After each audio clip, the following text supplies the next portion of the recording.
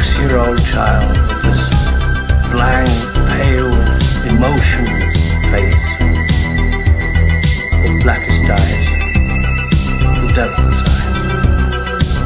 I spent 8 years trying to reach him, and then another 7 trying to keep him locked up because I realized that what was living behind that boy's eyes was purely and simply evil.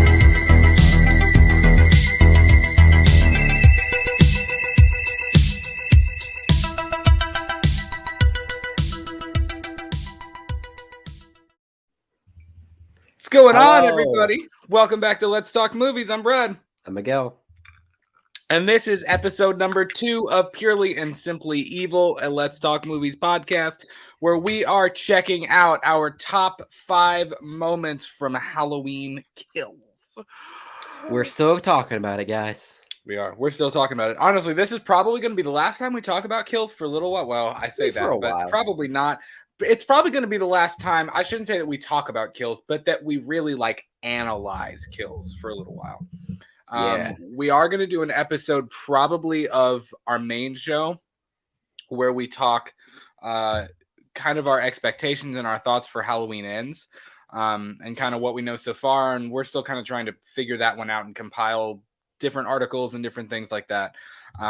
But that's going to be an interesting episode. But this is Purely and Simple Evil, man. So I know a lot of people were waiting on this. A lot of people reached out to us on social media and in comments on YouTube, which is awesome. Yeah, that's great. You guys are excited for this. You want this to come out, and guess what, guys? It's out. Absolutely. And if you are not aware, the very first episode of that was our Halloween 1978 and 2018 watch along that we did. 3 weeks ago now, 3 or 4 weeks ago, where we watched Halloween 1978 and Halloween 2018 back to back. So this is the second episode of that show. We are still going to use Purely and Simply Evil to kind of go back and revisit classic horror films as well. That's still going to be the main purpose of the show, but we thought it'd be a good time since we're still kind of riding the hype train through this Halloween through Sunday. We're going to check out Halloween Kills. So this is probably going to be the last time we really analyze it. We've both seen the movie 3 times, 2 or 3 times now at least. Yeah, just about. Did you rewatch it for this episode? I rewatched bits and pieces. I didn't have time to watch the entire thing straight through. But honestly, the 5 moments on my list, I did rewatch those scenes just to kind of just to get a feeler and to kind of refresh my body to refresh my body on the Michael Myers. So, well, that's good because obviously we got a lot to talk about here, and I'm curious to see how much our best moments differ because I think they're probably going to be very similar to some degree. I'm sure some scenes obviously that are more popular than the others, but memorable. Yeah. I think they'll be similar. What I'm excited to see is the order that we have them in, because I wonder if our order is going to be different at all. You know what I mean? Supposed to order it? Well, I ordered mine from least to most, but I mean it doesn't matter. Okay. Art, I saw earlier. Art is in the chat. What's going on, man? He says, "Yeah, I remember that you guys were drunk." He really was. I have no comment. He says he thinks he was drunk too, so that's fine. Hey, man, it's all fun and games. And also, I don't think I was drunk. I had that 40. Even though it was a 40, it was a Colt 45. That shit was just plain malt liquor. It wasn't. It was nothing special, nothing strong. It was literally just there to fill my gut up. I was like, I'll take. And I found that cap to Miguel's huge Colt 45 2 zigzag. I found that cap 3 weeks after we did that. Art also says, Brad, is there vodka in that orange group? Orange juice. So no, this isn't actually orange juice. This is a can of Sprite, one of those mini cans of Sprite, 1 shot of pineapple juice, and 2 shots of, are you ready for it? Mango habanero whiskey.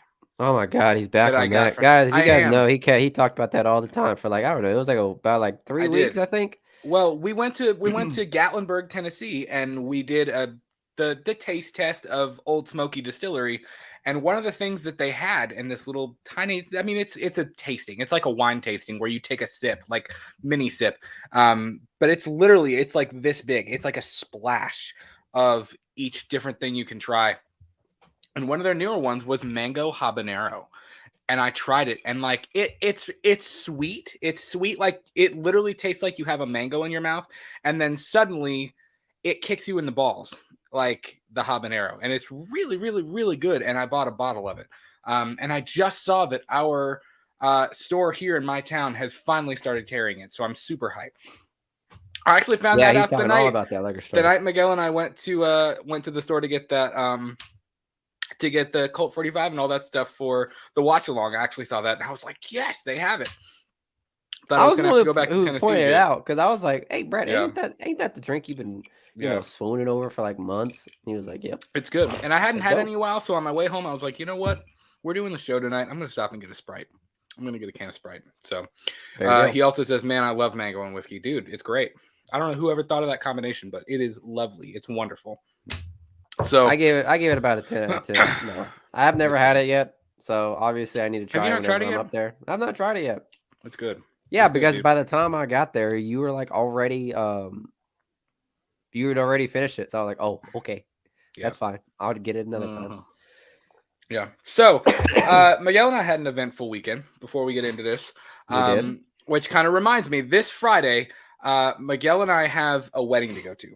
Well, the wedding is Saturday, rehearsal dinner is Friday, so we won't have an episode. This is going to be our only. This is going to be our only new episode this week. So in place of an episode on Friday, we're going to have our biggest vlog yet. Over the weekend, Miguel and I, we went to Scarefest. We got to hang out with Mike and Jay from We Watched a Movie. We got to talk to our buddies over at the 13 podcast. We didn't actually get to meet any celebrities because I think the one we looked at, who did we like actually, was it Kane Hodder? Look, guys, I love Scareface was dope, but the whole like celebrity thing was literally the biggest turnoff of my life. I got yelled at. Yeah, I got yelled at for. I wasn't like videoing Bruce Campbell right here. He was pulling this shit right here when Bruce Campbell was walking by, and that lady walked up, and I swear to God, she was gonna Karen the fuck out of us, and I was like, oh boy, here we go.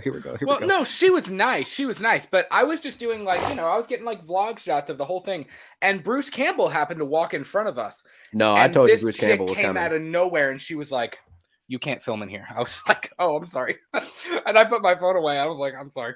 I mean it. And we just kind of like. Bruce Campbell looked like a Ken doll, like 100%. He looked like an older Ken doll. It was hilarious. Listen, Bruce Campbell, I love you, but you literally look like a toy. You were so tan with that silver suit. I was like, wow, you're going all out. He looked good. He looked like a good man. Kentucky. I would have loved to have met very him. Gracefully. Yeah. I feel like he's one of those people that just embraces like getting older and like they do it well. Yeah, like Steve Carell. Steve Carell is probably one of the guys that's aging like fine wine. We did see Kane Hodder. I wanted to meet him because honestly, Kane Hodder's line wasn't that long. Bruce Campbell's line wrapped like 3 times around a thing. Kane Hodder had maybe 10 people in line to meet him, but to meet him and to get a signature from him, it was like $60, and I was like, nah. That's my. I was like, I got $100 in cash. Like, I'm not. Yeah. There's no way.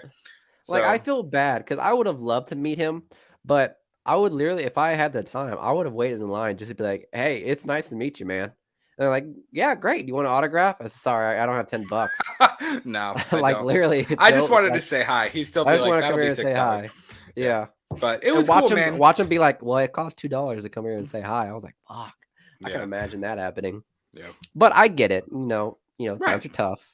People gotta get money.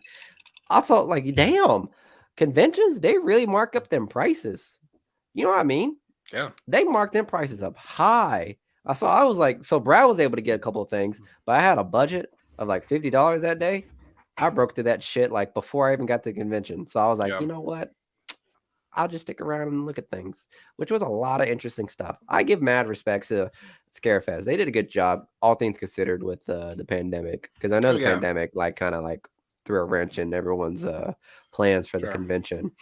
So. Sure. It was a good time though, man. There were a lot of really cool booths there. I'll kind of show off what I got in the vlog video on Friday, so you'll get to see that. But we're definitely going to get Mike and Jay on here at some point from We Watched a Movie. We're definitely going to interview our buddies over at 13 at that podcast. If you haven't checked either one of them out, please go do that. Check them out. And we had a good time. And then we ended our night in Lexington's Distillery District, which was completely unplanned because we were going to go to Louisville, Kentucky, and check out. They have in this park. They have jack-o'-lanterns everywhere. It was really, really, really. It's dope. But we ended up going to this one in Lexington because it was late. We didn't have time to drive up there. It was a whole ordeal. So we get to this park in Lexington, and there's a jack-o'-lantern walk, supposedly a jack-o'-lantern walk. We get there. It's pitch black. There's one. It's swear to God, it looks like something out of a movie. There's one light, and there are two white vans in the parking lot. And I was driving, and I said, "It's a no for me." And I pulled around the parking lot, and we left. I was like, "Nope." I was in the back. I was in the back seat, and I was there thinking to myself, I was like, "Okay, I got two white folks bringing me to a abandoned park with two vans." I said, "This is my time. I'm ready to fight my way out." I love you, Brad and Julie, but no. Also, would you have left me behind? Let's be real. Would you have left me behind? 100%. No question about it. You all. I'm not. This is how much love this guy has for me. No, I trust that you would be able to take care of yourself. You know what I mean? You would be able to take care of yourself. I would have your back. You would have my back. If I was getting gutted alive by Michael Myers. Okay, if you're getting gutted, then it's too late. There you go. Like if you get automatically trapped by some weird dude in a minivan, yeah, I'm gunning for it.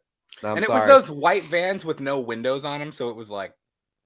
Yeah, it was a white van. If it was a black van, I would have pulled out my documentation because I don't need to get caught by ICE. Because that's fair. That was my thing. I was like, "Are you guys like deporting me right now? Is this a trap?" Like, I feel like that's the case that's going on. But nevertheless, so that Lexington pumpkin walk, it was a no-show. There was literally no one there. It was no signs. There was no lights. So I was like, all right, well, I guess that's canceled. Yeah. But that day, I didn't realize Scarefest was taking the same day as the day I was going to go to a little good old little shindig. And I told Brad and Julie, I was like, hey, let's just go to this. It'll be fun. You all right? So we ended up going to the Burl. If you guys don't know, in Lexington, we went to the Burl, and my guy, it was emo night tour. It was great. It was a rage. It was literally a rager of nothing but Green Day and Blink-182 and My Chemical Romance and all of the above. Like, it was great. Yeah, it was like my crowd. Literally, your entire middle school. If you guys, I'm sure most of the people into horror now, they probably had like a not emo phase, but like alternative ish kind of grunge in middle school. Yeah, it was your middle school dream, 100%, and it was great. I didn't realize how many people were into that. It literally, do you know that meme where it was like, "I'm sorry, Mom, it wasn't a phase. Yeah, it's our lifestyle." Yeah, that kind of thing. It was literally that for like 4 hours straight. It was amazing, and I never really was like I never really was into all that stuff. I listened to them. Don't get me wrong. I listened to them all the time, but I didn't like really embrace it in middle school. So then now when I see it here, I was like, boy, take me back. Yeah. Take me back. So it was a good grand old time. It was a really good day, man. It was a genuinely fantastic day. So you'll get to see it all on Friday when that episode drops. I started editing that vlog before we went live, actually. So that'll be a good time. Did you videotape the concerts? A little bit.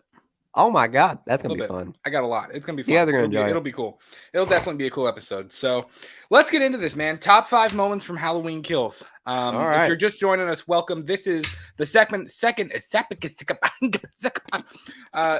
episode of Purely and Simply Evil. This is one of our newer shows coming to the channel. And we are going to talk today our top 5 moments from Kills, but we're also going to use the show to revisit 70s, 80s, 90s, and all of the above horror movies. So we're going to look at all of your Halloweens, all of your nightmares, all of your Fridays, old zombie flicks, the Romero movies, just everything, all of the above. And that's going to be a real good everything time. Under the moon. Pants. So, so let's do this. Let's start at number 5, and we'll work our way up to our favorite moment. How's that sound? Sounds good. So, do you want to go first? Do you want me to go first? Yeah, sure. I'll go first. So, so my number 5. And my top 5 was the flashback scene. Just the entire thing. That falls low. That falls low on your list. Hey, it is what it is. I like the flashback scene, man. I mean, it was good. At least it's in my top 5. At least I had mentioned it. But yeah, it's a good scene. I love it. It really took me back. It was, how can I put this? I'm sure you guys can agree. Like it basically felt like you're watching like an extra 20 minutes of the original Halloween. It Yeah. really felt like that. It felt like the original, like, you know, in the 70s Halloween. And that dark, gray, misty vibe you got there, it felt more scary than the actual movie itself. You know what I mean? Like to have Michael Myers, like young Hawkins finds Michael Myers and he takes 2 shots, and you know, Michael has that good old plot armor and it misses him 3 times and he just disappears. I guess, and like he disappears through the alley, and I was like, fuck. I gotta say, scary. Hawkins has terrible aim. Everybody has terrible aim. And we'll talk about that. We'll talk about that furthermore later on. Yep. Everybody had terrible aim. And by the way, actually one person had a good shot. That's fair. If you haven't noticed yet, we are going to be talking spoilers. So prepare your body if you have not realized that we're going to be talking spoilers. So, but yeah, man, the flashback is incredible. It falls a little bit higher up on my list. Mm-hmm. For my number 5, and this might kind of shock a lot of people, I actually had the scenes of Laurie and Hawkins in the hospital. And kind of those little moments they shared, because so you like the expositions, I see, my man. I do. I especially in this movie, I think, and I've said this all along, this movie could have benefited from being 10 minutes longer. And I don't mean 10 minutes tacked on to the beginning or tacked on to the end. Yeah. Just little 2-minute spurts dispersed throughout the movie of a little bit more of that like breathing room and a little bit more of that exposition. It felt very fast. And I think part of the reason that I loved that scene so much was because it felt like, okay, we can rest for a second and just focus on what Laurie and Hawkins are saying. That's interesting, because I'm going to call you out on something right now. Because I remember when we were talking about the movie before it came out, you were talking about like how you just wanted to be purely insane, chaotic. Right. So I'm surprised that you like that. I did. But I think there have to be moments in there where there's a little bit of like, okay, we can breathe. And then it just plows you. And you get right back into it. You know what I mean? Yeah. And it was just a really nice, genuine moment, especially the first one where Laurie thinks he's asleep and he's like, I always thought you were crazy or whatever. And like, and you know, she says F you and rolls over and like they're laughing, and it feels like Laurie Strode, but not 18 not like Strode. It feels like original giddy teenage girl Laurie Strode. And I know she's not. Yeah, not Sigourney Weaver Laurie Strode. You know what I mean? She's not that person anymore. Yeah. Not Ripley fighting the alien. Yeah. Laurie Strode. But it felt like Laurie. It felt like I honestly believed that it was that character 40 years later. Like it, and I felt I didn't quite feel that as much in Halloween 18 as I wanted to. You know what I mean? Well, because it's such a and I think they were going for that. And Halloween 18 needed to have that contrast. You needed to have the vulnerable, sweet girl next door in 78, and then the hardened look at what trauma has done to this lady in 18. And this was just kind of it was a really nice moment to breathe. They're laughing, the giddiness. They mentioned Ben Tramer, which I thought was hilarious. Yeah. It was a really nice moment, man. All of the moments between Laurie and Hawkins in the hospital, no matter how intense they were, even after Laurie tries to knee the doctor and she like rips all of her stitches open and whatever. Badass moment there. It was, but I mean, all of the moments between them were really, really nice. So I got you. So with Halloween Ends, are you wanting that to be more like dissected between like Hawkings and Laurie? Do you want that? Do you want the relationship to be more like explained, or are you okay with where we are now? I would like to explore it a little bit more. I wouldn't mind exploring it. I think here's the thing. I think with Halloween Ends, and like I said, we're going to do an episode just about our predictions and our thoughts on Halloween Ends at some point. But I think for me, I would like to explore the Laurie Hawkins thing. I think what they're going to need to do, because this movie felt so chaotic and so all over the place, I think we're going to need to see our core survivors like kind of as a unit. You know what I mean? Yeah. Not because it wasn't a unit living together. It wasn't a unit in this movie. You know what I mean? Right. Yeah. I think they need to feel like those three, like Allison, Laurie, Hawkins, Lindsay, because again, I've seen a lot of people forgetting that Lindsay survived. Like Lindsay is still alive. And the rest of these characters kind of bonding and talking, and I feel like we need to see that. We need to see those characters kind of bond and talk about this and acknowledge that this is happening. Yeah, because everyone kind of had their exposition, so to speak, about their trauma, but we didn't get a moment for each of them to talk to one another. Right. They didn't get to share together. Just us as an audience got their perspective in that perspective night. And I think that's kind of what I felt was lacking. It's not that the movie didn't breathe enough. It was fast-paced, and I wanted it to be fast-paced, but I think I wanted the characters to interact a little bit more and to talk about their trauma, and we didn't quite get that. So that was why I put that as one of my favorite moments. And I also made a note, this is later on after Laurie knees the guy and Hawkins, we get the revelation of Hawkins grabbed Loomis's arm and shoved the gun away before he went to cap Michael in the back of the skull, which we all know Loomis should have just let Loomis be Loomis. Yeah, they should have just let Loomis do his thing. Yeah. But when Laurie says it needs to die, and Hawkins, that's such a good moment too, because Laurie is like, it needs to die. And then Hawkins does his typical Will Patton, it needs to die. And then, of course, Laurie, you get Laurie, and Laurie says, but now it needs to die. Or she says, you did your job. Don't feel guilty. You were doing what you thought was right. And then, of course, she says, but now it needs to die because every time someone is afraid, the boogeyman wins. And I'm the one that needs to do it. So again, I think that's foreshadowing. I've seen a lot of people that are like, yeah, Hawkins is going to be the one to put Michael down. And I'm like, I don't think that needs to happen. Like, as much as Hawkins was a prevalent character in Halloween Kills, the story is still Michael and Laurie. You know what I mean? Would you agree with that? I would agree. It's nice that it was a big plot twist to find out that Hawkins was the one that, quote unquote, saved Michael, but it still doesn't give me enough reasons to let him be the one to have the final matchup. Yeah. You know what I mean? I would agree with that. I would completely agree with that. Before we move on here, let me get these people in the chat real quick. I know the chat's moving, which I love. I love the fact that you guys are talking to each other in the chat. Art says, Laurie and Hawkins were cute together, and I can't wait to buy the extended edition of Kills. I'm buying the novelization tomorrow at Target, and the audiobook is out now and narrated by Balky F. Dude, that is awesome.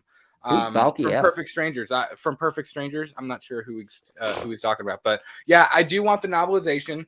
And yeah, I'm excited to get that extended edition. I want to see kind of what we get.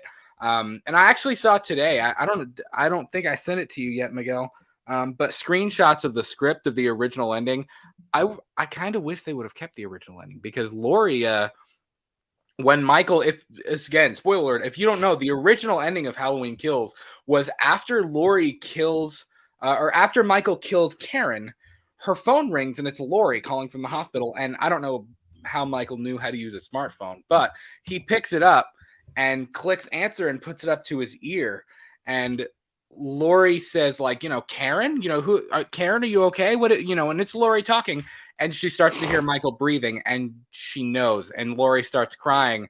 And the dialogue, Laurie's dialogue is like, she's like, run. You better run from me because I am coming for you. And that's when she basically is like, Michael, you're done. Like this, it's over. Like you mother. better, Michael, like, you're done. Like you better run as far away as you possibly can because I'm coming for you right now.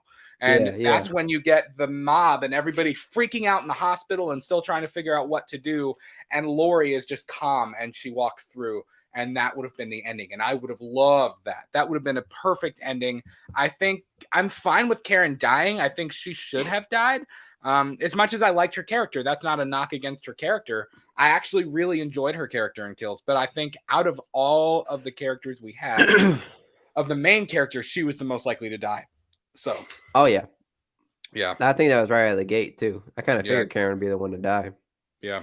Halloween 1978, the night he came home. What's going on, buddy? He says, that's good evening, Brad and Miguel. Guy. Nice to see you. Nice to see you. J Dad, what's going on, bro? He says Allison kills Michael and ends, and at the same time, Laurie has to Scarface herself in order for it to happen. Okay.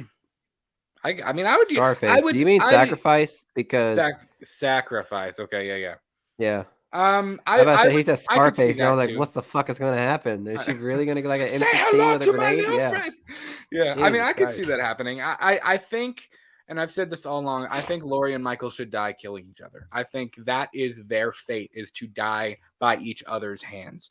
And there's a lot of different moments that that kind of foreshadow that. I think Sartain, when he was in the car saying, I've always wondered, is the thought of Laurie killing him what keeps Michael alive? Like, is the thought of one killing the other what keeps either one alive? You know what I mean? And that's kind of an interesting thought. And then, of course, in Kills, when Laurie says, what does she say? She says, he'll take my head off as I'm taking his, or something like that. And I feel in my heart, in my Ganges, that is foreshadowing that to the fact that Laurie and Michael are going to die killing each other. So I got a hot take, and maybe I'll be hated for it, but I can't be the only one that feels slightly off put with the whole Laurie and Michael thing. You know what I mean? What do you mean? Because it was mentioned in the beginning of Halloween Kills, like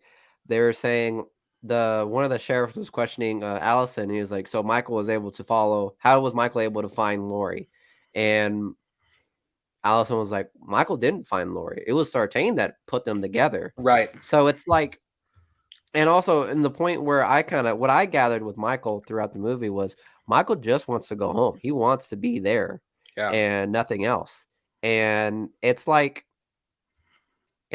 Michael is like an animal that's just trying to get to his home. And Laurie is like, you killed a lot of my friends. I'm going to fuck you up. You know what I mean? Yeah. So it's it's not like the thing though. Like, I feel like we're looking at it. I feel like we're looking at the relationship as like a symbiotic kind of thing, where it's like one can't live without the other.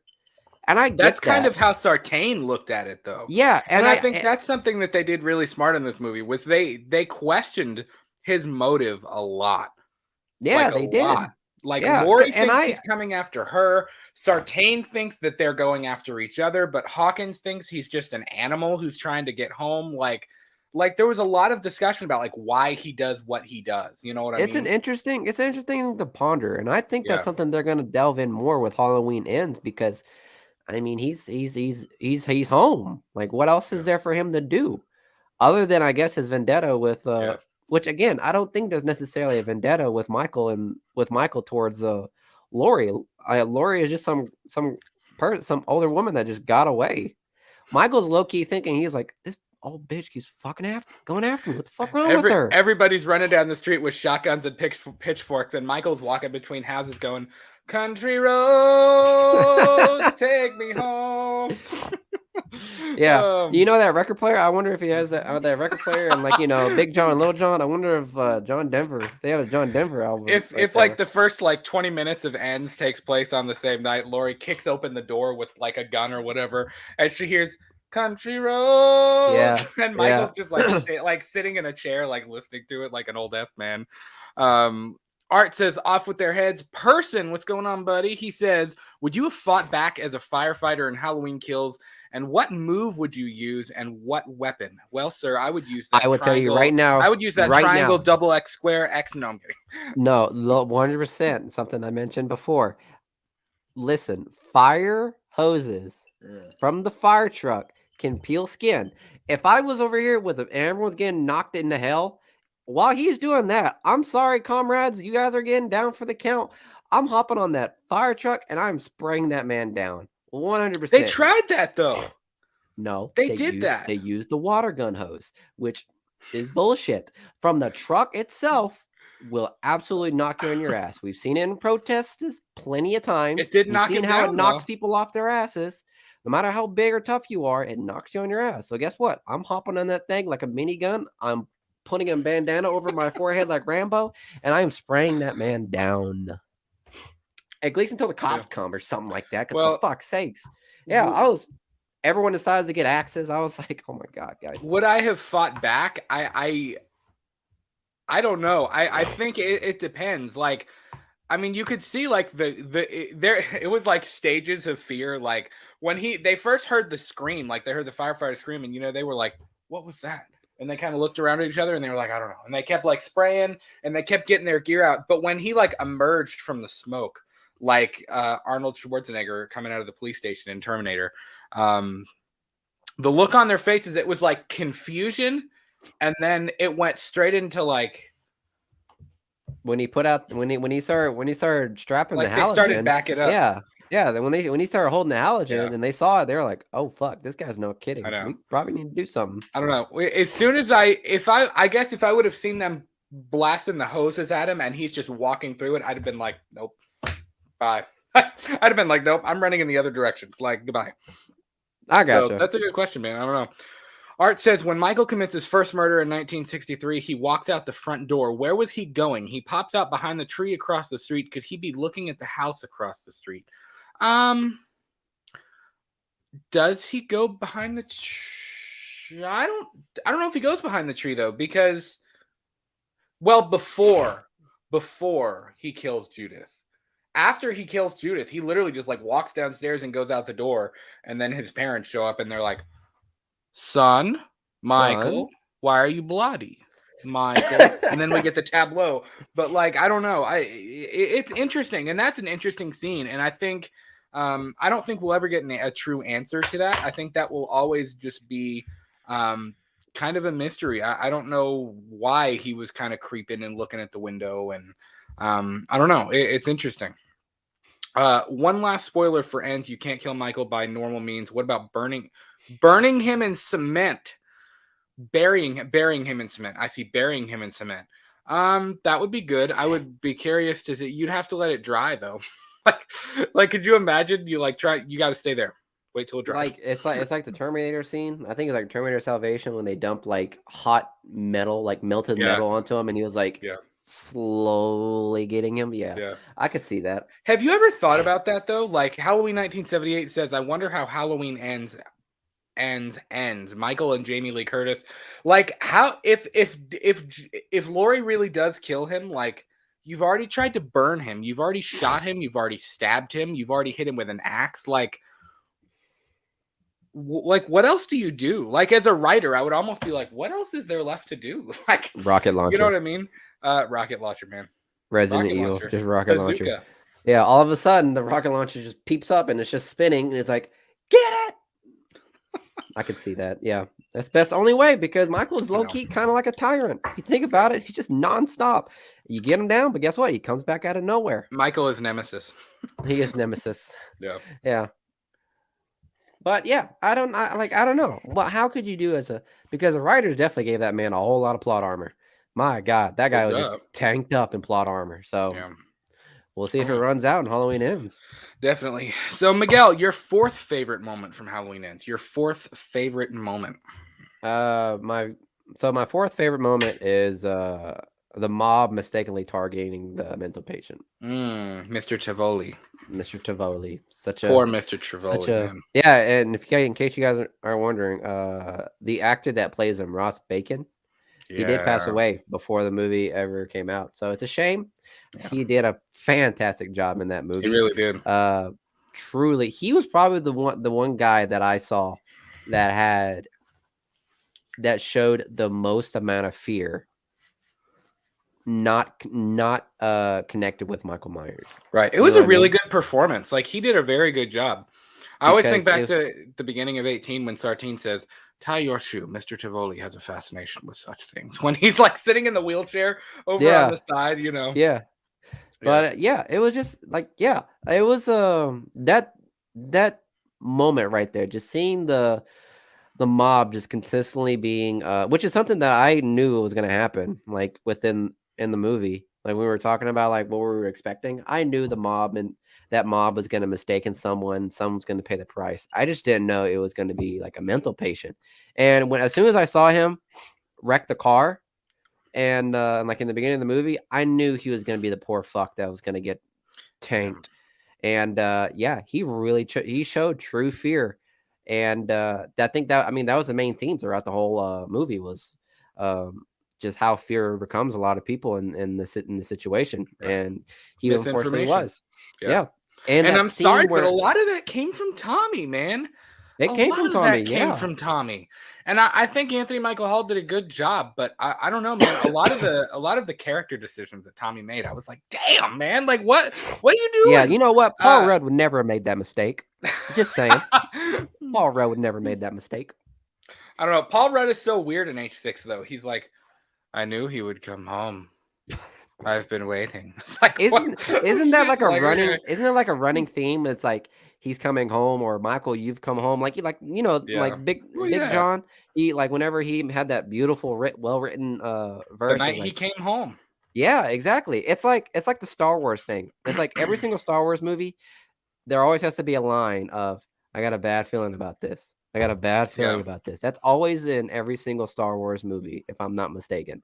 So I think the phrase "him coming home" or "he's come home" is a common phrase that happens in the movie, and that's cool. And just that scene right there with with Big John. I don't know which one was it. Was he Big John or was he Little John? The little guy was Big John, and the big guy was Little John.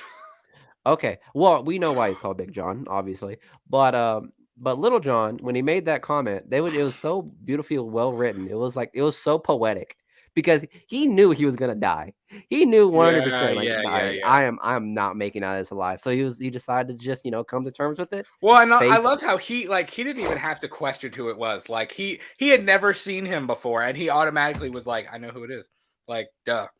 Yeah, pretty much. Yeah. That's insane how Michael's legend just peeks through the entire town, even after all these years. Art says, I love Paul Rudd, but he was terrible in Curse. Michael's work isn't finished in Haddonfield. He's coming back. Like, he really was, man. He was awful. Like, even some of his decisions were kind of like, although I gotta say, I don't know, man, that Tommy's decisions were almost more competent than this Tommy's. I don't know, like for me, and Julia and I were talking about this the other night, actually. Like the whole hospital thing, I guess in my head before I saw the movie, and here's why the mob thing disappointed me a little bit. I thought the mob would be terrible at first and that they would suck and make stupid decisions. But then there would be this come together, this Braveheart moment where it was like they rally together, they finally get on the same page, and then they go out and they're going to go like storm the castle and kill Michael, and they still get their asses handed to them. And that's scary. Like, that's like, wow, like they're actually coming together as one unit and Michael is still winning. But we didn't get that. They never really got it together in this movie. You know what I mean? Yeah. And it's kind of the whole scene when Tommy kind of like incites the riot, because let's be real, Tommy low-key incited an entire ass riot. Like he did. He kind of did. It was this fucking speech that he had in that bar. You know what I mean? I don't think it was a speech in the bar. I mean, that was only like what, 40 people in the hospital though. He was like, he's an animal. He's an animal. He does this. He does this. He does this. And then, of course, like they're already riled up. And when they're like, "Is that Michael? Is that him?" And Lori goes, "Michael!" And she screams. And Tommy, it's like it comes out of nowhere. This is what we were laughing about the other night. Anthony Michael Hall jumps over chairs and he's like, "Remember, evil dies tonight." And he goes, and it's like, what the hell is this, man? Like, what is he doing? Because he jumps over and yells. And then that woman, I think it's Oscar's mom, maybe. Or somebody in the back is like, "Evil dies tonight." It's like, what? What is your motivation other than this one guy being like, "Go kill that man"? Like, and it's not even like you have no confirmation that it's the right person, and they're just at the drop of a hat. It's like brainwashed, and they're just automatically going to kill this poor guy. Like, it's just crazy. It's a crazy scene. I think why Tommy's actions during that thing was purely off of like him trying to tell himself, trying to like fool himself into thinking that he's not really afraid of Michael, but in reality, that man was a good way of putting frightened because whenever it finally happened, and he decided because like the entire time he was like, "We're killing Michael. Like, there's no question about it. We're gonna kill him. I'm not afraid of Michael." Very good way of putting it. Fear is not going to take over this town. And then when it finally came down to the climactic moment when they were fighting Michael, and when he gets back up and he actually has to face Michael alone, guess what? He's that small little kid again. You know why that's actually you know why that's a good analysis is because if you think about his story arc in the original movie when he was a kid, now, I mean, granted, he was 8, but he was so scared of him. He was like, that's the boogeyman. That's the boogeyman. That's the boogeyman. I'm scared of him. He was terrified. And it's almost, you're right. It's almost like he has to keep saying it to himself, like, that's why he convince himself. Yeah. That's why he does that every single year. He does that every single Halloween. I'm pretty sure he does that every single Halloween at that bar. Yeah, that's a good point. Halloween 1978, the night he came home, says Tommy was not my favorite at all. Yeah, man. I think he was interesting. He's not my favorite, but he was an interesting character to dissect. He was. It wasn't Anthony Michael Hall by any means. Anthony Michael Hall did a great job. He did a great job to personify the act of fooling yourself into believing one thing when for sure without really grasping reality, if that makes sense, guys. Yeah, definitely. So my fourth favorite scene was actually Michael's escape, the whole firefighter, the burning house scene. And not only that, but and I know a lot of people had a lot of issues with the editing and the pacing of this movie, but one of my favorite things in the entire movie, pacing wise, was when Tommy and the rest of them are in the bar and he says, this one's for you, Lori, wherever you are.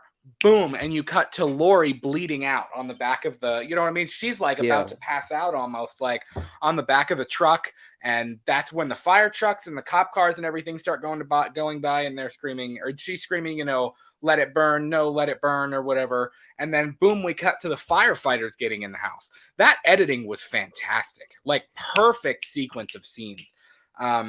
And I really enjoyed that scene. I like that we didn't linger too long on the inside of the house. Mm-hmm. It was pretty straight to the point. You know what I mean? There wasn't much fat from what we saw in the trailers, to be honest. And I was okay with that. It was epic to see him, like, as soon as the firefighter falls through and he's like, I can't see anything.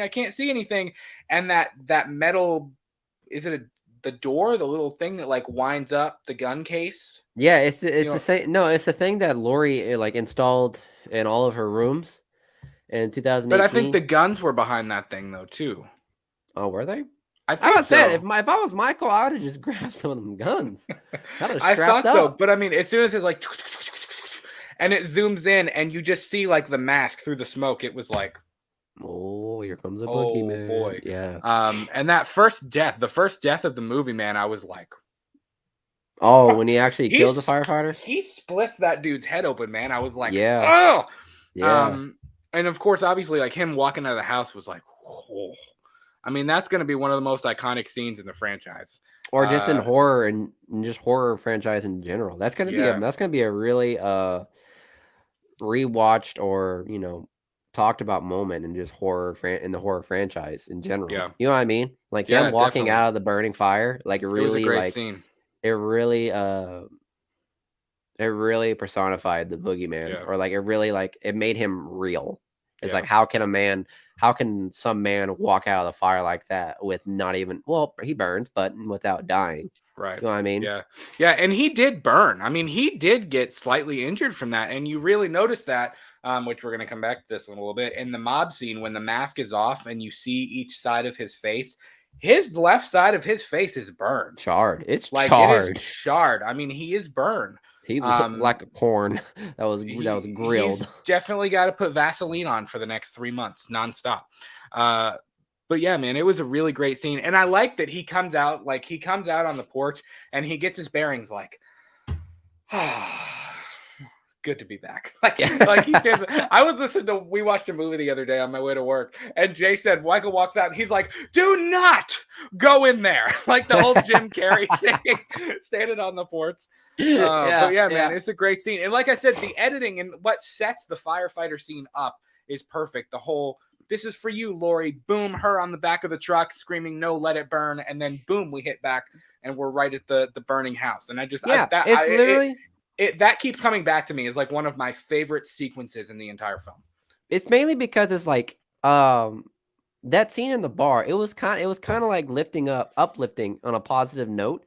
And what made it more like, tough to grasp was that, like, even though that bar scene was happening and they were like having that uplifting moment of like closure, what's going on.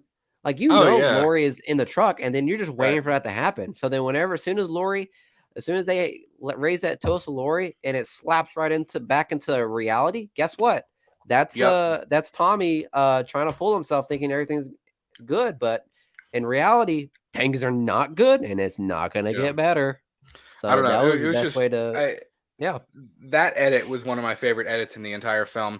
My mama's in the chat. She says, agree. I love Anthony Michael Hall, but he was not my favorite character. Bar speech was the worst scene. Yeah. It was necessary to a certain degree. Cheesy dialogue. Yeah, I get that. It had a lot of cheesy dialogue, but it really had to set the tone for Tommy's character in the movie. And that in the entire town. Because it was basically like the town saying, like, fear's not going to win. I'm telling myself that fear's not going to win, and Michael is just a human being. As compared to Lori, who actually faces, reality, she knows that this is not just a man. This is the boogeyman. Right. And it was interesting for it to. You're basically seeing two different worlds, like one that was like kind of pushing Michael off to the side, and then the other world where Michael is at the forefront of the movie. And it was interesting to have that immediate shift that you love talking about so much. It works in that movie. It's definitely one of the points in the movie where I was like, okay, this is really going to set the tone for the entire duration of the movie. Or trying to overcome evil and or trying to overcome fear, and fear just ends up winning inevitably. Right. Mm-hmm. Definitely. She also says, my top 3: Michael walking out of the burning house, the flashback, and the SUV scene by the playground. Michael jumping over it and looking at Marianne in the rear view. Yeah, man, that was cool. That was a good scene. That was a really cool callback scene. Miguel, your third favorite scene in Halloween Kills, or your third favorite moment? My third favorite is the final matchup with the mob with Michael. It is like it leading up to it, like from the climactic point where Karen stabs Michael and he gets that spasm in his back. And he does. He's kind of like, I don't know what to do. So guys, in case you're wondering, Michael does feel pain, because no man acts like that doesn't feel pain. He felt that shit. So that's a big conversation right now. There's been a few people that are like, do you think he has something like medically wrong with him where he can't feel pain? But like, I think he does. Yeah, he does feel pain. This man feels pain. He just has the tenacity to overcome it. Right. If he didn't feel pain, you wouldn't have gotten the shaky. Yeah, when he was trying to reach for I feel like if he did talk, he'd have been like, owie, like trying to reach for the knife. Yeah. I'm glad I haven't heard who plays it. Who plays Michael Myers? James G. Courtney? Yeah. He just liked one of our posts like an hour ago, by the way. Yeah. Thanks, brother. Shout out to James Jude. I'm glad I haven't heard him talk, because I feel like if I ever heard him talk, that's all I would hear. Every time Michael does something, I would think of his voice and how he would react to certain situations. He's such a nice, like, cool guy, too. You know what I mean? Yeah. I would love to meet him. He sounds... But I swear, if I ever hear his voice, I'm going to be like, you do not sound like what I would think Michael would sound like. James Jude Courtney, you are welcome on our show anytime. We would love to sit and chat with you. That'd be dope. Yeah, man. Hit us up. We would love to talk to you, man. Yeah. But, I'm sorry. I thought you were done. No, I'm sorry. We got like trying to rush you. Trying to rush. You're good. He doesn't like my tops. That's fine. I do. But with the whole mob scene, like, I swear, if I had the helm to that stuff, I would literally be like trolling you the entire time. But I don't, and that's a smart move. But I wanted to talk about with the mob scene was whenever Michael picks up the mask and literally basically says, "Suit up, and we're going to town." Yeah. Like, and it was interesting to see how Michael fights. You know what I mean? Yeah, that was kind of interesting. In the firefighter scene, my man was John Wick, dodging stuff left and right. But when he fought the mob, he just, I don't know. Well, he was tired. It had been a few hours. He was tired at that point. I'm sorry. No, keep that same energy, champ. If fear is giving him power, he should be. Well, I guess if at that moment the fear was very minimum, so I guess Michael's power levels were kind of low. If you you're talking like Rocky's Mickey. You're like, I didn't know serial killers got tired. Big Mike, get up. That'd be Miguel as Michael's like fitness coach, his life coach. Yeah, like while he's down there like shaking like that, I'd be like, you gotta get back up, Michael. You gotta crush him. Yeah, I could see that. No, it's fine. But yeah, it was just that scene, that whole entire scene where it was you're basically seeing Michael like in pure action, the lights shining on him. Like it was very, you never had Michael like in well, obviously like you had him in the day, but like at night when he's like spotlights all on him and he's trying, and he doesn't have that level of stealth, so to speak, and it's just him trying to take on the mob. I'm just curious, why would he let the mob take him down first in the first round? You know what I mean? I mean, I don't think he intentionally did that. I mean, who knows, but I don't think he intentionally did that. At least my thought, I don't think so. Halloween 1978 says Michael was a beast. He definitely was, man. Did we see Michael get ironed by the mob lady? I think she did. I think she got a hit in whenever he was on the ground and they were just slamming him. I think so. Also, I don't know. His jumpsuit seemed kind of clean. There was no wrinkles on it whatsoever, so I imagine she got some shots in. Homeboy got burned alive. Talking about the iron, no. Oh. Yeah. There you go. It took him a while, fellas. But yeah, I thought, yeah, that Iron Lady, it cracks me up so much.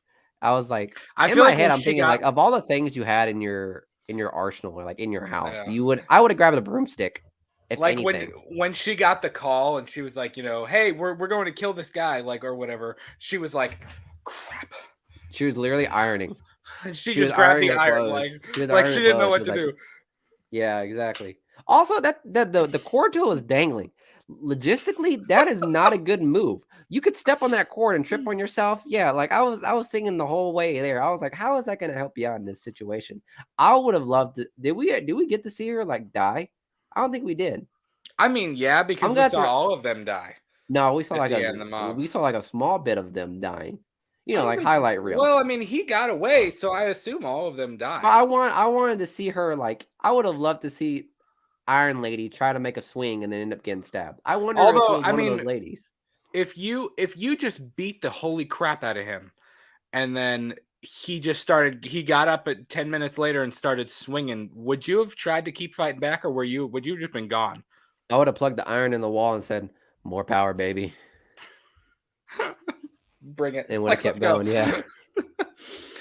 Oh, all right. My third favorite moment was the 1978 flashback. I mean, what more is there to say? The mask was incredible. Christopher Nelson did an amazing, amazing job on the flashback mask. I liked all of the Hawkins stuff.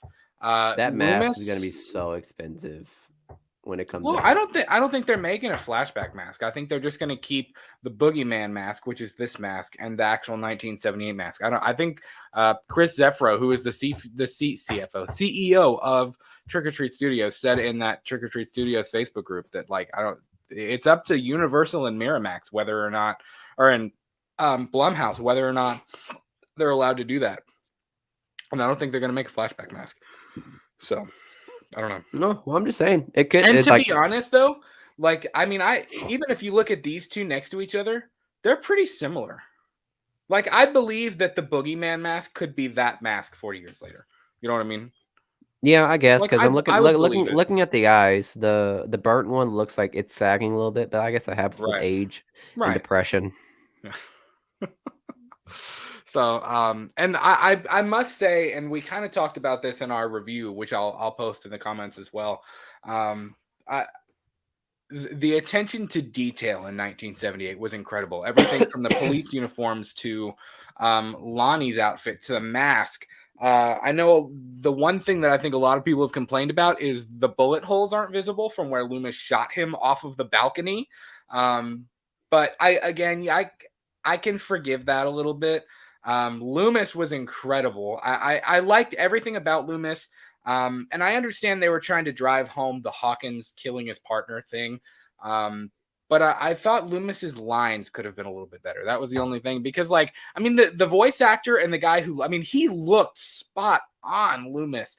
And if you want to see a really, really cool BTS shot, look at Chris Nelson's Instagram. I think Chris Nelson posted it. Look at his Instagram account. And he posted like a black and white picture of him in the makeup chair. Dude, it looks like Donald Pleasance. Like, it literally looks like him. But I don't know. There was something about Loomis's lines when he was going, you know, did he kill again? Did Michael kill? Like, duh. I mean, I don't know. I feel like they could have had him say something else. Yeah. Would you rather more of a gotcha moment with Michael instead of him like just screaming to scream? Like, that kind of bothered me a little bit. But other than that, I really like the Loomis moment a lot. Would you have rather have had a more poetic ending of Loomis? Because honestly, like, I don't see Loomis coming back in Halloween Ends. No, I don't think. Sounds I don't. It sounds like it's gonna be that was the last time we are gonna see Dr. Loomis in a long time. I don't know. That's an interesting question. I don't know if we're gonna get another moment with Loomis. I mean, I could see it happening. I could see them doing another flashback, maybe to his trial or something like that. But again, if you almost don't want to overstay your welcome. Like, you don't want to do too much Loomis, because then you could run the risk of it being terrible. And it's like, I mean, it was believable this time and people loved it, but the next time it might be like, that doesn't really do it for me either. You know what I mean? Yeah. And I criticize it with the lines and the dialogue, but I actually did. I really enjoyed the Loomis moment.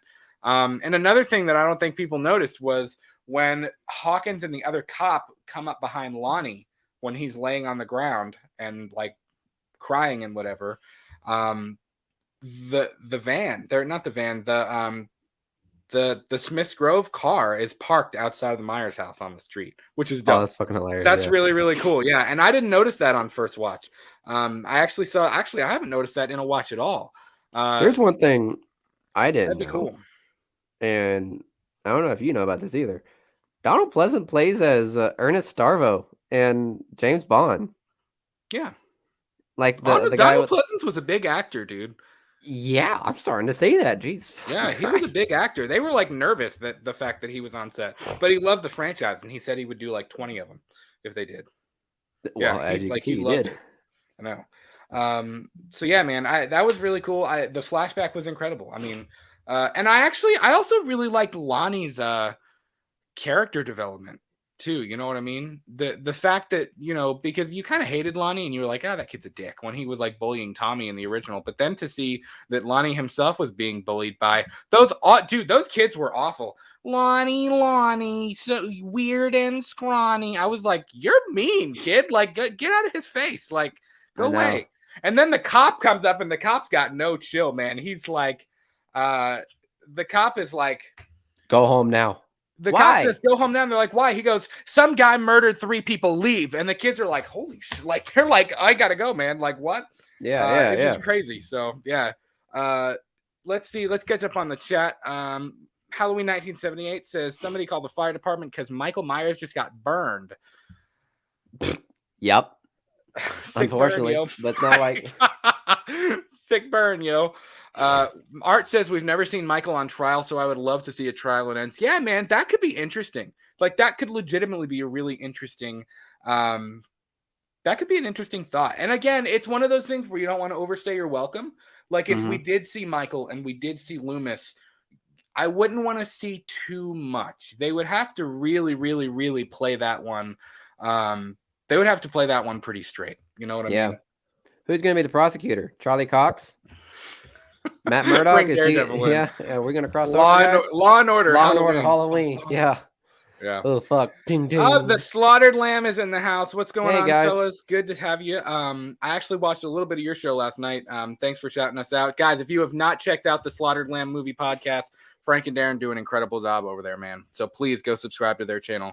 The Oct, what's going on? He is in the house finally. We've missed you, man. He says, wow, I've seen kills 4 times now, and I never noticed the car Michael stole in 78. Yeah, dude, that was actually like a really tiny detail that I didn't I've still never noticed it. I mean, I haven't watched it since I saw this, but I saw this in one of the Facebook groups, and I've seen it 3 times. And it's like, it's really slight. Like, it's right as the cops kneel down, and Lonnie's like, "Where'd he go? Where is he? Where'd he go?" It's off to the left as I rip my earbud out. It's to the left, and you just see like the right or the left side of the car and the white like Smith's Grove patch on the door, but that's all you see. But that was just a really cool nod to the original, which I liked. I thought that was pretty cool. Halloween 1978. I hope we see Michael die in peace. They have like a wait. They have a visitation for him. He's still got the mask on. I was gonna say with the mask on. They're laying there. I know. Lori's standing there. Everybody's going up and greeting Lori. Like, I know. And she just goes, "Evil had to die tonight." Evil died tonight. Except not evil dies tonight. Evil died tonight. Oh, God, we get that. We got a full ass wake. Oh. All right, Miguel, your second favorite moment. We're getting into the nitty gritty now. Your second favorite moment. I would say, because we already talked about it. The firefighter scene. That's my number 2. Yeah, and we've actually already talked about my number 2 as well, which was the mob versus Michael and the whole buildup of Michael walking in between the 2 houses. And something else that I wanted to bring up that we haven't even touched on yet was the score in that scene. The score was spot on because we had this mixture of the Halloween theme and the Shape Hunts Allison. There were a lot of really cool things. Seeing his face, which I know is kind of controversial, we actually saw quite a bit of Michael's face because when he first walks out and you see the mask like between his legs and the headlights kick on from all the cars and you realize that they kind of trapped him in between the houses. He looks over and he looks to his left and you see the graze on his cheek where the bullet hole was. And then of course he turns his head again and you do see, which we just talked about this with the incredible job that Chris Nelson and his team did, where his face is burned. Like you can see that even his beard on that side is kind of like scorched off. And his neck up is burned, which of course is on that side of the mask where I'm trying to get my finger where you can see it burned. But the whole build up to that scene, I loved that he actually like when the music really kicked in and we got the Shape Hunts Allison and he pulled the mask over. I that whole build up to them beating the crap out of him was a great scene. And it was definitely one of my top scenes in the entire film. So agreed. Great. What do you think of this? One of the controversial lines, and I don't think we talked about this in our review, when Brackett brings back his line from the original, when he's got I thought that was cheesy as fuck. He's like, "Happy Halloween, Michael." That was cheesy as fuck. One good scare. I'm sorry, guys. That was the cheesiest thing ever. That literally dropped it a whole ass point in my rating. I know. Right when because you guys got to remember, my dad's a big Halloween fan. We've gone and seen the last 4 together. We saw both of Rob Zombie's in the theater together, and he was sitting between me and my mom, and Miguel and my wife were on this side. And as soon as Brackett said that, my dad was like, "Oh my God." He's like, "What?" It was just funny, man. 'Cause the way he said that, he's so confident too. He's like, "Everybody's entitled to one good scare." I know, like he was a fucking hospital security guard. Don't you literally have no sense of authority to me whatsoever. And I think he would correct me in the chat if I'm wrong, but I believe before Michael kind of comes to and slits his throat, I believe Brackett was supposed to say, "This is for Annie," and Brackett was going to pull the trigger, and then of course Michael comes up and he slashes him, and then Michael starts kicking ass and taking names again. So I'm pretty sure that was in the original script, and that it would have been more emotional for him to say that, and instead of it would have been like, "This is for Annie," or "This is for what you did to Annie." But no, you just had to pull that fucking. Everyone's down for a good scare. Well, it was not only that, but it's like the lights, the headlights kicked on, and then Karen goes, "Gotcha," again, which I was like, oh, okay, I can do that. And then Brackett says everyone's entitled to one good scare. And it was like, okay, come on. The only other thing we needed was Tommy going, "Evil dies tonight." It was like, oh my God, stop. You hear that? If I heard the chant, we don't need any more one-liners here. Yeah, exactly. Darren said Brackett was like Paul Blart. Yes. Oh my God, I'm glad someone watched that movie. Yes. Kevin James, Oh, yes. Man. It was just he was so confident. He was like, hey. It's like the old man who's drunk where he's like, let me tell you something. Also, by the way, he had his gun pointed at Michael. Why the fuck did he let the other people take swings? I would have just taken the shots. Oh, that's true. I mean? That's a good point. He literally said everyone's down for a good scare. And he just waited. I was like, what the fuck, dude? Just fucking take the shots. Oh, literally, there's two revolvers over there. Or yes. Art. Oh, I really like that line. And I know a lot of people didn't. I actually thought that was kind of one of my favorite lines in the movie, oddly enough. Because that's so spoiler, that's my number one. Oh, the car? The whole SUV. Really? Just everything about that. We have a different number one. Yeah, that's fine. But yeah, that's my number one, guys. The whole SUV thing. Okay. Starting all the way when Lindsay was trying to convince the kids to run away. And then when she turns back and she sees Michael behind the SUV, that scene right there really it really put some fear into me too. I was like, oh fuck, they really don't even know he's there. And also I'm glad they were able to come to reality on how he was able to get on top of the SUV. You could see him climb it, not just Chris Angel levitate up over the SUV. And the way he just, started breakdancing on top of the SUV, because just kept hearing the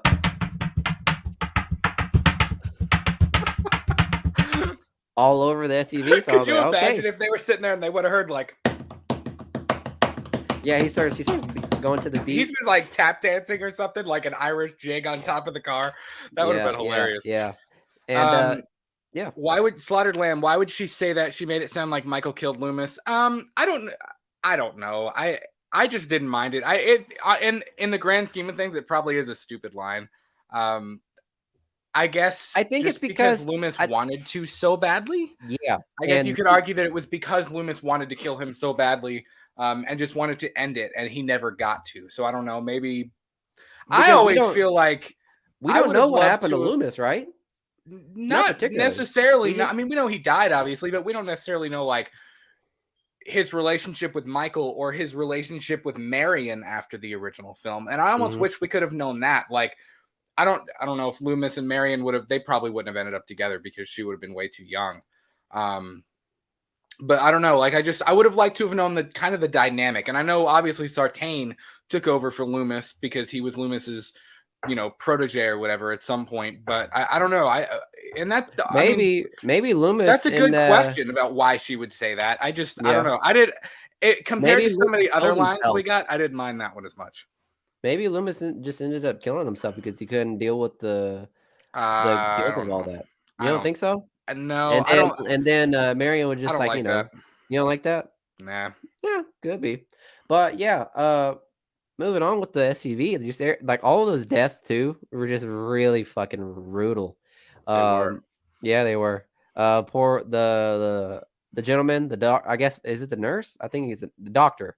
When he gets stabbed in the eye, it was just quick death immediately, and you could tell he had a little bit of twitch too. He was like, and I love. Didn't he say something along the lines? He was like, oh shit, like he did something. Yeah. When Michael turned around, he was like, I didn't understand why, and I will say this, Slaughtered Lamb. I will say this, man. Like, I don't know why she.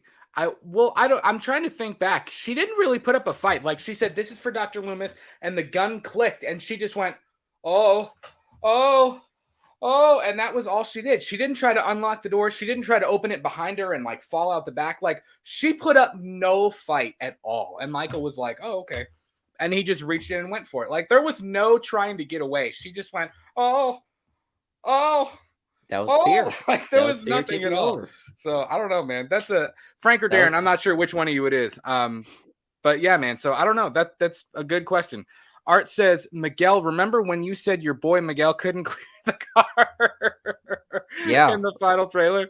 Yeah. The way they did in the trailer, they had Michael just like literally swoop right over the thing. But at least it showed him like, climbing the thing. I was like, okay, I could see that. I could see Michael climbing it. Yeah. And then like I wish we got the scene of Michael just like laying on top of the fucking SUV, like he's planking. You know, like from the stills behind the scenes where he's just laying right there, just on top like that, just staring out into space. He's like, yeah, just like exactly. Like it was fucking hilarious. I don't know what to do with my hands. Yeah, exactly.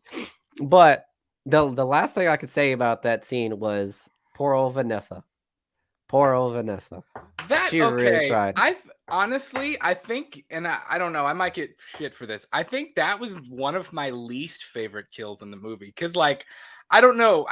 It was probably the most tacky, but I loved it so much. She missed every shot. Like, first of all, where did she go for like 30 seconds when she fell out of the car? I know, right? She like run to the 7-Eleven and like get a Slurpee and then come back.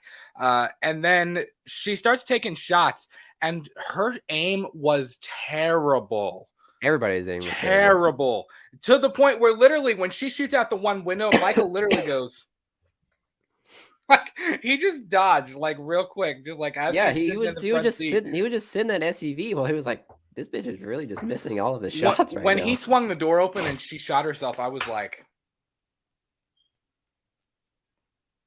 I was okay with that. I was like, what? I was like, literally thinking, where did that come from? It made me think. I was like, okay, Michael's not a dummy. Michael's not stupid. He knows how to take care. He's definitely not a dummy. It was just that was very like Matrix of him. You know what I mean? Yeah, I liked it. It was very like Michael turning into Neo or something. It was strange.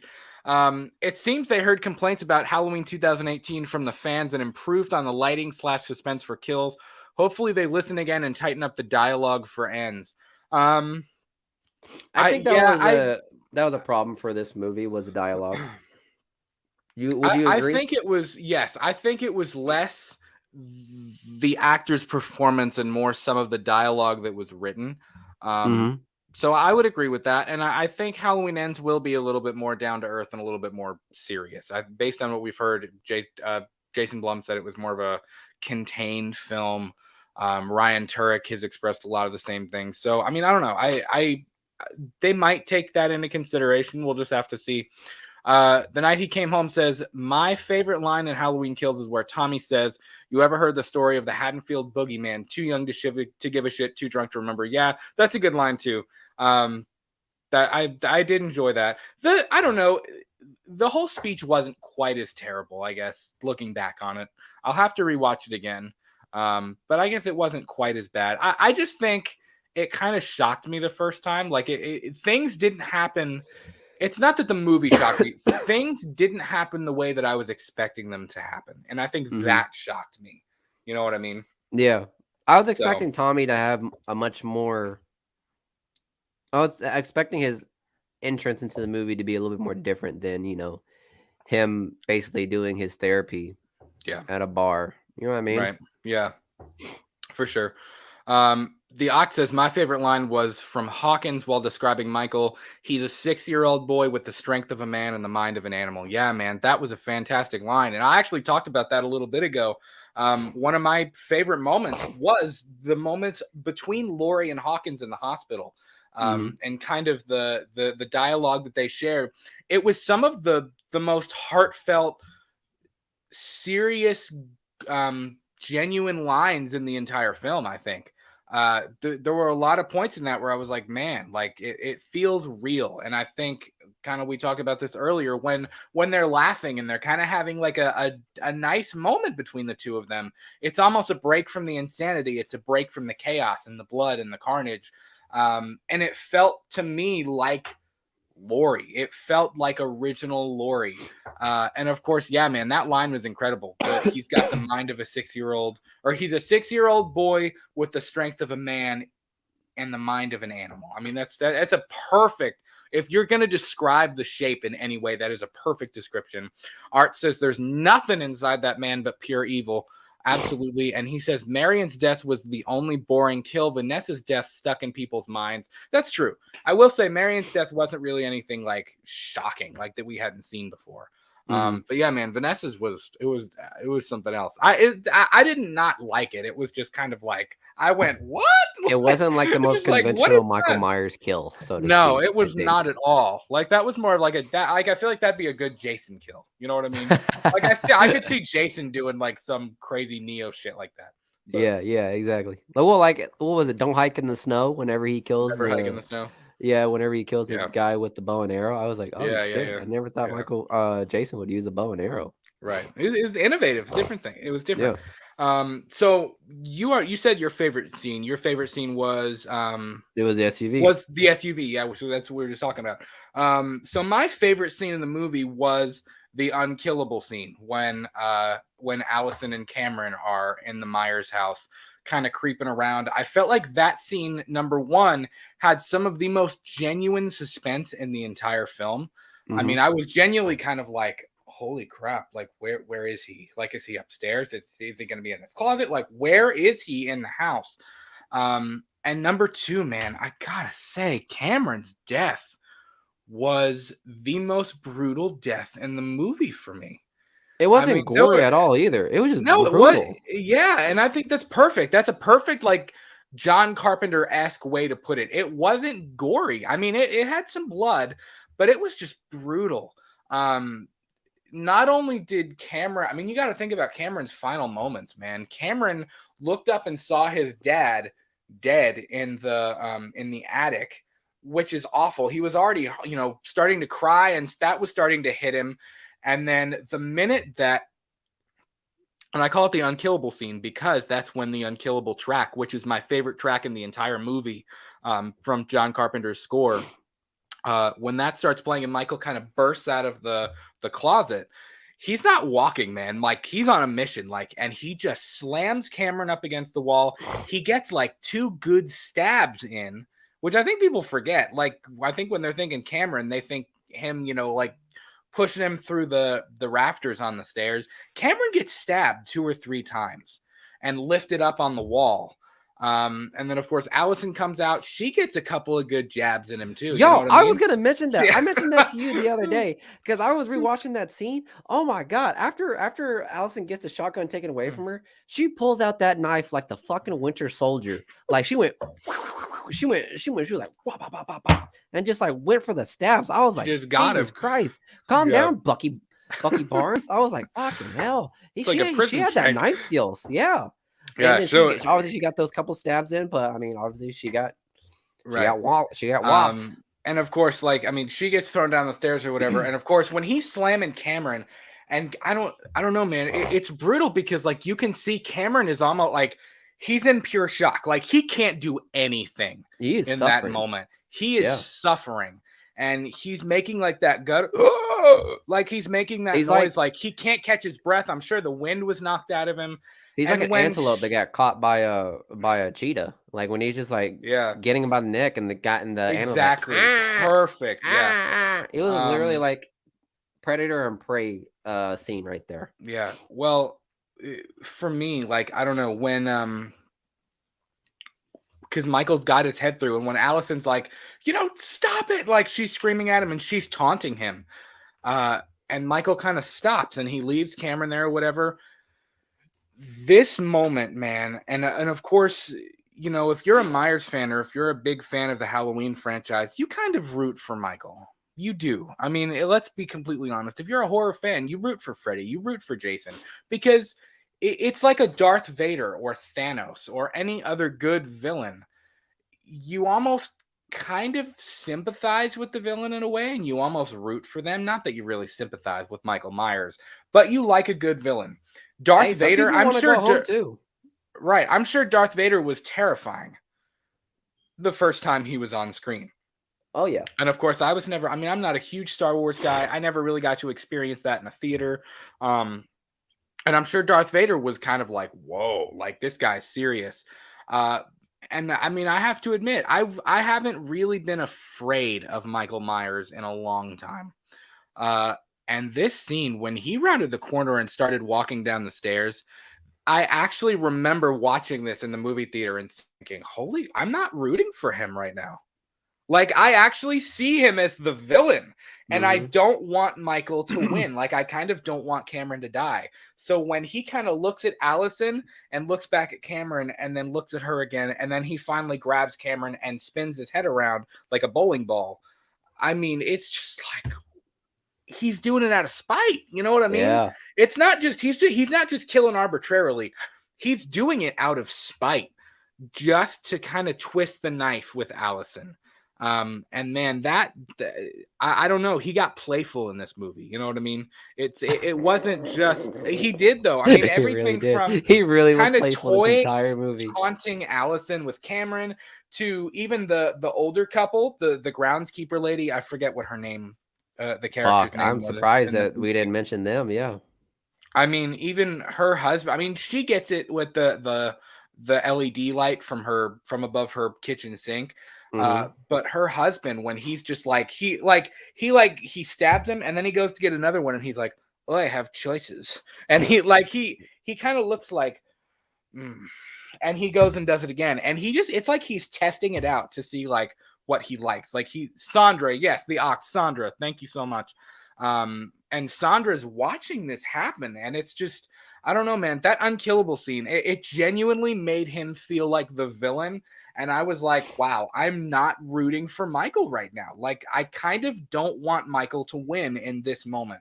And again, I think that's where I have to salute James Jude Courtney and his performance, and David Gordon Green, and how he's directed this and how they're portraying Michael Myers, because I gotta say, all criticism considered, Halloween Kills made Michael Myers the villain again. Yeah. It made him purely evil, purely and simply evil. Roll credits. And I mean, you have to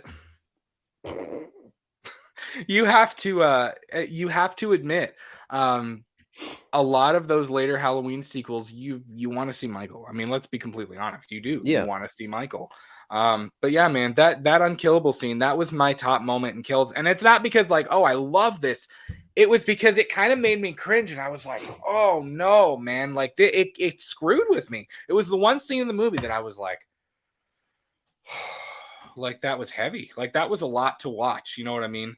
And then of course Karen gets the pitchfork and stabs him, and as you said earlier, he's got that like yeah, and he kind of falls or whatever. But yeah, man, that was a good moment. By the way, and I saw this last night. I think I tagged you, Miguel.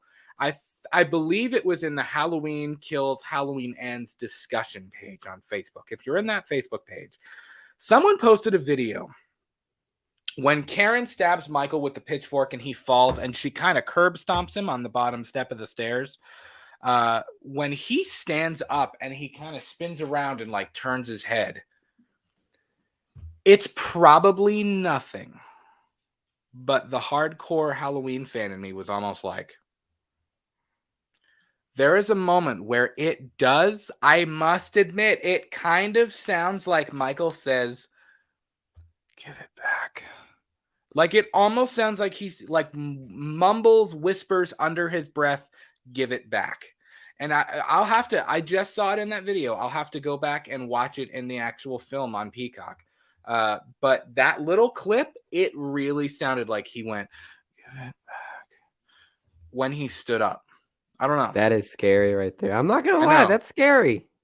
It is. And I don't, again, it's probably nothing. And it's probably just, it's people making up sound effects. I mean, it probably, and I don't mean intentionally, but it's probably just hearing things to hear something.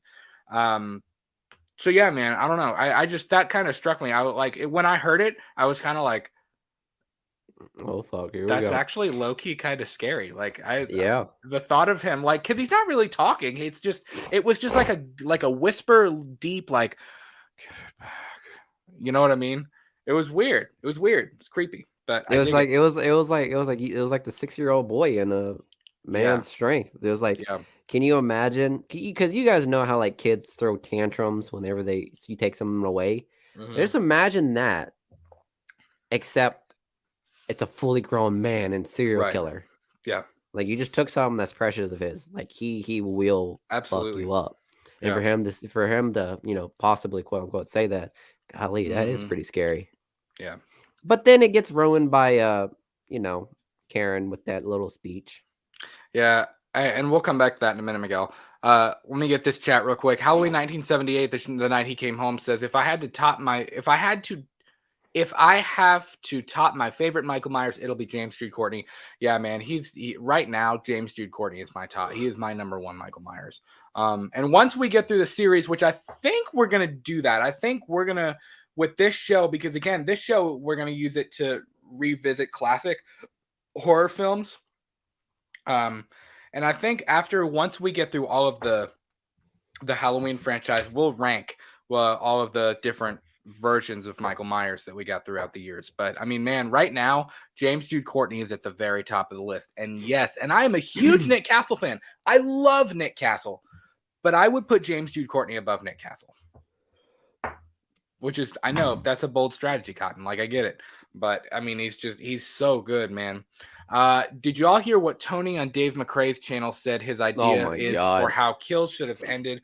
I loved it. No, I did not. Are you talking about Tony? No. Tony Michael. No, I did not hear. I did not hear what Tony, what he said. I didn't. I'll have to go. Was that on an episode of Two Dudes and Some Bullshit, or did Dave have him on? Two Dudes and Some Bullshit.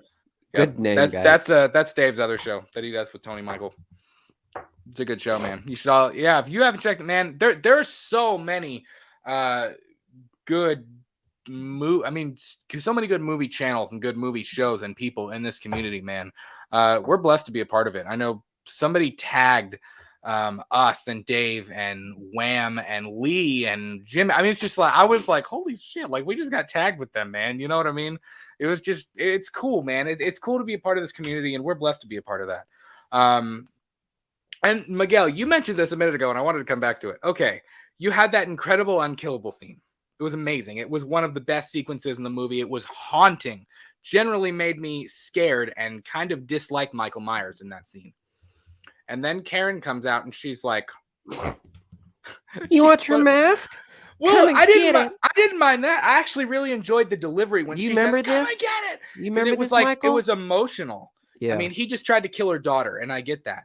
But when she started being like, "Do you remember Judith, your sister? You killed her up there in that room, right there, right in front of that." I was like, he knows. Like, that's why he's there. He remembers. He did it. He knows. Like you don't need to say all of that. Like, she could have just turned around and started running, and I think it would have been fine.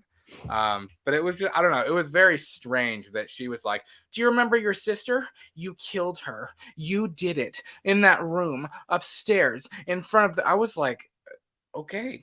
Okay. Like, calm down. I think she's just realizing everything too. Like, I think she got the backstory like 5 minutes before she said all that. Remember? Right. You know what I mean? And I'm sure she was trying to taunt him too. You know what I mean? Yeah. But so I don't know. Before we wrap up here, guys, let me get these last. If I was going to taunt him, I would have been like, you know what? Rob Zombie was better, and just start running.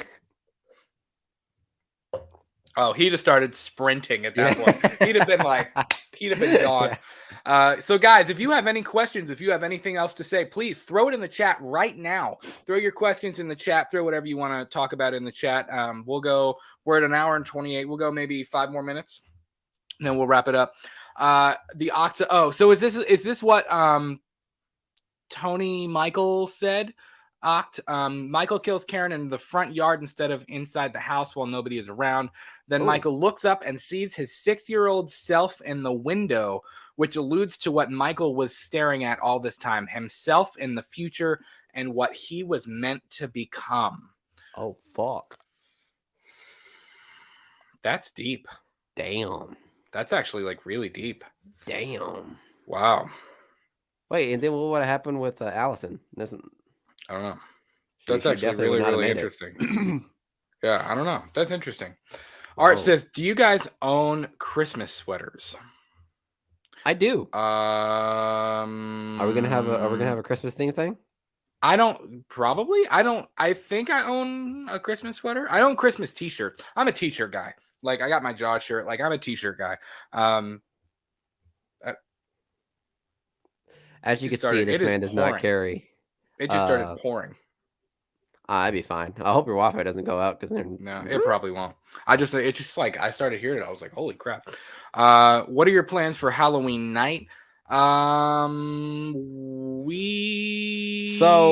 is Sunday. Halloween is Sunday. So pretty much. So again, on Friday, Friday and Saturday, we have rehearsal dinner and wedding for our good friend Moo. And my general intentions so far, since we have that wedding, is, and it's also my friend's birthday too, Chris. Like, shout out to you, Chris. It's your birthday, and I think he's gonna celebrate it on that Saturday. because here in good old Kentucky, nothing happens on Sundays at the bars. So they're gonna do stuff at the bar at our place over here. And my intention right now, because look, I have to wear. Tell me what you guys think. I have to wear all black for the wedding, and then after the wedding, I'm probably gonna go to the Chris's birthday party. My plans for dressing up is I'm in all black. I'll just unbutton the top 5 buttons. I'll buy a ball cap and some shades, and I go as Mr. 305, Pitbull, Mr. Worldwide. What do you think? Is that a bad move? Goodbye. It sounds like a solid move to me. I'm just saying. Sounds like a solid move to me. That'd be a good move, man. Yeah, that'd be dope. We have the wedding. I don't know. I don't know yet. But on Halloween on Sunday night, we have a trunk or treat thing at our church that my wife and I are going to go check out, and then I'll probably come home and pop some popcorn and watch Halloween and eat candy. Watch Halloween 1978. That's my thing. I watch Halloween 1978 every Halloween night. That's my popcorn in 1978. That's my deal. So yeah, and on Sunday I'm road tripping to Haddonfield. Cool, Miguel. If you want to come watch Halloween with me Sunday, you can. Yeah, maybe, man. It's up to you. So, how was your weekend, guys? We had a good weekend, man. You're actually going to get to see a lot of our weekend on Friday because, like I said, good time to mention this again at the end of the show. This Friday we will be busy. We will not have a new episode of either this show or the main show on Friday because we have a wedding to go to. So in lieu of that, Miguel and I went to Scarefest over the weekend, and we kind of celebrated our Halloween festivity stuff this weekend just because next weekend we're actually going to be so busy. So, we checked out Scarefest. We went to Lexington's Distillery District and stuff like that. We had a good time, and we filmed our longest vlog yet. So on Friday, that vlog is going to drop. And I actually just dropped another vlog last night, my Halloween horror shopping round 2. So go ahead and check that out. My wife is in the chat. She says we're going to be Pongo and Perdita for actual Halloween day. We're going to be Pongo and Perdita from 101 Dalmatians. From 101 Dalmatians. Yeah, there you go. There you go. I remember she telling me about that. At first I was like, who the fuck is Pongo and Perdita? Yeah.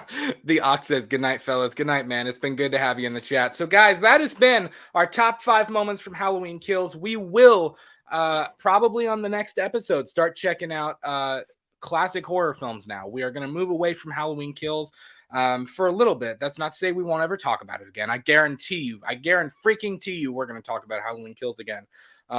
Just not right now. We're going to let it breathe a little bit. We're going to give it some time. And we're just going to chill, and we're going to start checking out some other horror movies. I promise these Purely and Simply Evil episodes will start to come a little bit more frequently. It won't be every single week. It's just a matter of how often Miguel and I can get together to watch it, do a commentary, and then we'll talk about it on the next episode. Guys, so that's kind of what they're going to look like. Let us know what horror film or old horror you want us to check out. I'd be happy because, again, I'm new to the horror genre, so just let me know what movies I should check out. Obviously, let you guys know ahead of time. I do know the Evil Dead franchise. I have a good grasp of Halloween, but any other ones that you might think I'd like, go for it, man. Just let us know, and we'll check them out as well, man. We'll take requests anytime. Definitely.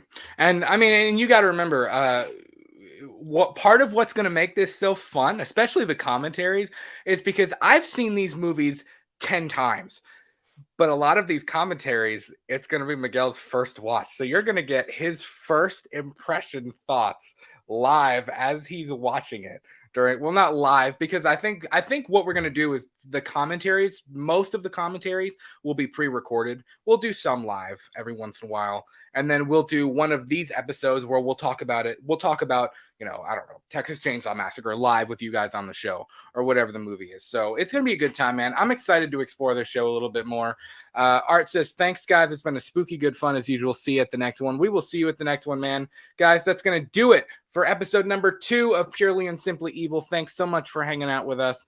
Please, if you have requests for what movies you want us to check out on this horror show, please tweet at us at We Talk the Movies. or you can send us a DM on Instagram at the same handle, also on TikTok at the same handle as well. New episodes of our shows come out every single Monday and Friday at 8 p.m. Eastern Standard Time, except for this Friday because we have a vlog dropping because we're busy. So let us know what you thought in the comments below. What are your top 5 moments from Halloween Kills? What do you want to see us talk about next? New episodes, I just said that, are Mondays and Fridays. I'm repeating myself now. I'm losing it. But guys, thanks so much for hanging out with us. Have a great rest of your week. We will talk to you guys next Monday, probably for bless you, for episode number 47 of the main show. Take it easy, guys. See ya. See ya.